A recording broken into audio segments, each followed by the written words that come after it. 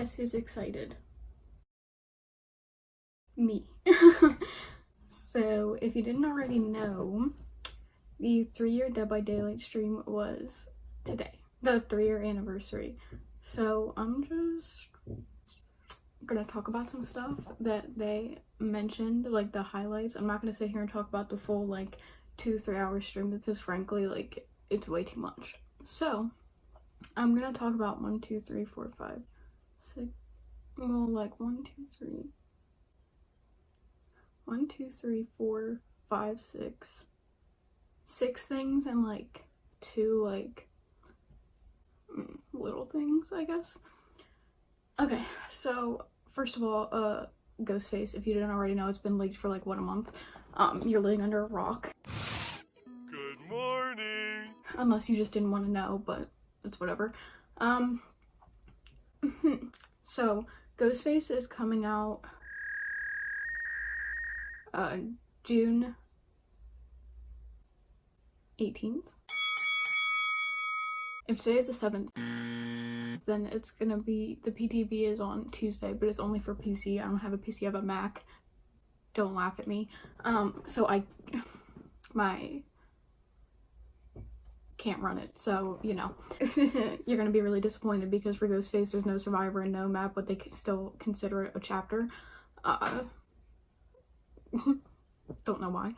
I'm so stupid. I have a screenshot of the perks on my phone, but I didn't like mentally think that I was filming with this with my phone, so I'm gonna be back and write them down.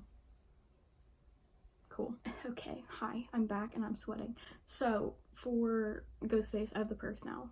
First one is I'm all ears. Rushed actions outside of the terror radius show the survivor's aura for 6 seconds, and it does have a cooldown, so it's not like, you know, repetitive. The second one is thrilling tremors.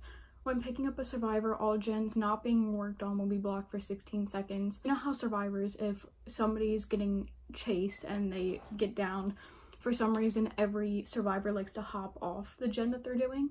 So if they aren't touching it when the survivor gets picked up, the gen gets blocked, which I like. Could get some use out of that. The last one is Furtive Chase, if I'm saying that right. Each obsession hit lowers your terror radius 4 meters for each hit, and max is 16, so you can lower your terror radius by 16 meters total, and each time you take a hit, your obsession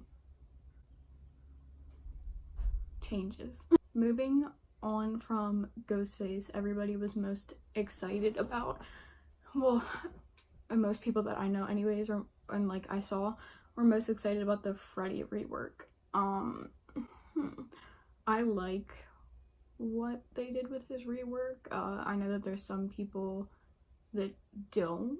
What they're doing is they're picking between both of these. They're picking between the two, so the dream palettes and the snares. So for the dream palettes, Freddy can place palettes around the map or wherever, and you can only see them in the dream world. They're not present in the real world, so you can only see them once you've been put to sleep. That being, you're gonna have to sit there and memorize where palettes weren't and like try to figure out what palettes are real and which palettes are fake. It's going to be similar to the Doctor's Power where you have fake palettes. So you run through them but aren't able to throw them down because it's a fake palette. The next one is snares. They didn't really like talk about this, but they basically said that it would be kind of like a trap. You would walk into it and I'm assuming it would injure you, or they might use it in a sense where it puts you into the dream world if you're not already. So those are the two add-ons to his powers, basically. Well, the one that they're gonna pick of the two, you feel me? So the next thing is he can now teleport to gens. I'm assuming it's within a certain radius, like you can't skedaddle across the map. So, but they didn't talk about the radius. They just basically said, you know, if you see a survivor on a gen, you can go to them, but it warns the survivor because blood starts spewing out of the gen and the survivor can see the husk of you appearing, so they'll have a like indicator that you're coming. I'm assuming there's gonna be add-ons to like stop that. That's because they have to rework all his add-ons to make up for the new power. And along with Freddy, they're reworking his map. I have a picture of the map that I found on Reddit, so I'll, you know, put it on a screen. But they changed the layout. The doors, the doors look a little bit closer, and it seems like the house that was on the corner is now closer to the school. Instead of being down the road, it's now, they're now like facing each other. So, you know, take that however you want it, I guess. They have this thing called micro sleep. They didn't really go that into detail. They just basically said that for the dream world, the transition will be a little bit longer, but they don't know how long yet. And there's apparently awake, micro sleep, and then dream world. So micro sleep is when you're in the transition, and I believe you can hear Freddy's heartbeat, not just the la-las.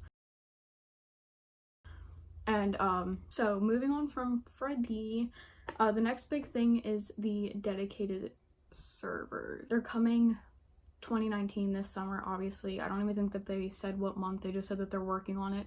And they said that they would be working on people who DC from matches, but it's going to be difficult to figure out how to do that from, you know, DCing because you're pissed and DCing because you lost connection.